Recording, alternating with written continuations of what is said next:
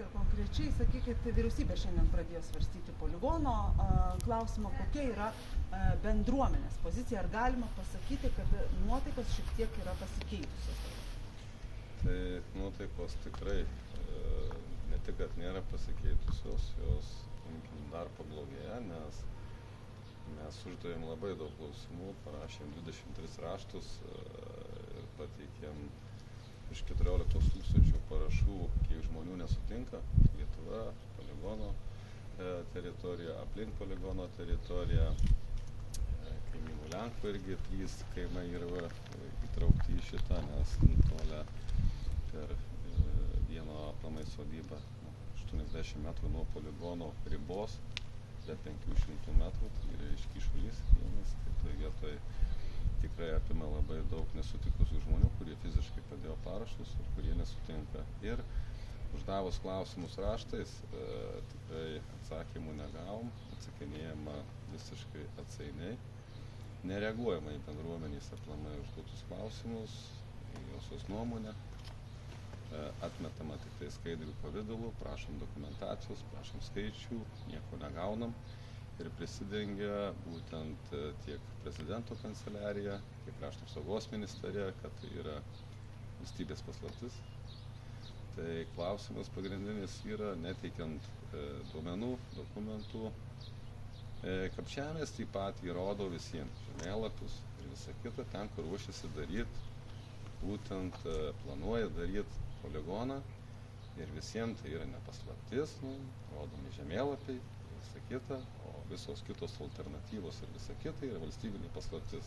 Bendruomenės argumentas išlieka tas pats, kad poligono net neturėtų būti? Taip, vienareikšmiškai. Tai šiaip šitas, aš norėčiau, kad aplamai žmonės pažiūrėtų, dažnai užduodamas klausimas, kodėl. Tai atsakyti mes galime į šitą klausimą. Šiaip kiekvienas žmogus, turim šaknis, turim tėvus, turim protėvius. Iš kažkur esam kilę.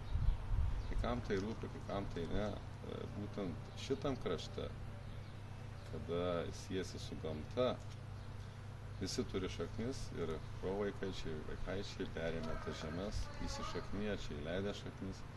Ir tai yra, imkim to lygų, kaip kad ruošiamasi paimti, nupjauti medžius, tai būtų to lygų, reikėtų nužudyti ir šiaip vietinius, tam, kad jie pasitrauktų, nes jie yra įsišaknę, tai yra protėvių žemės, tai yra vertybė aukščiau visko, tai yra amžiais valdoma žemė, perimta, patikėta šiuo metu mums.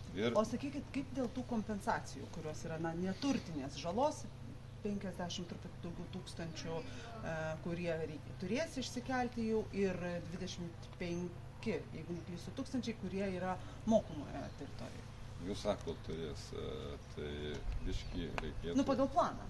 Pagal planą, tai Seimas sprendimo nepriėmė, ką NSGK deklaravo ir visi, kad ne jie sprendžia, jie tik pateikė pasiūlymą, o jūs jau irgi užduodat klausimą, kurį turės. Aš galiu perfrazuoti klausimą, turėtų išsikelti, jeigu būtų taip paprašiau atsakyti, kaip jūs vertinate siūlomas kompensacijas? Mes apie kompensacijas dar aplamai negalvojam, jos aplamai neapima visko. Jos irgi klausimas yra užduodamas tik tai poligone esantiem, įeinantiem gyventojam, turto savininkam, žemės savininkų yra 2000, o paėmus bendrasavininkus, tai dėtų iki 6-7 tūkstančių žmonių.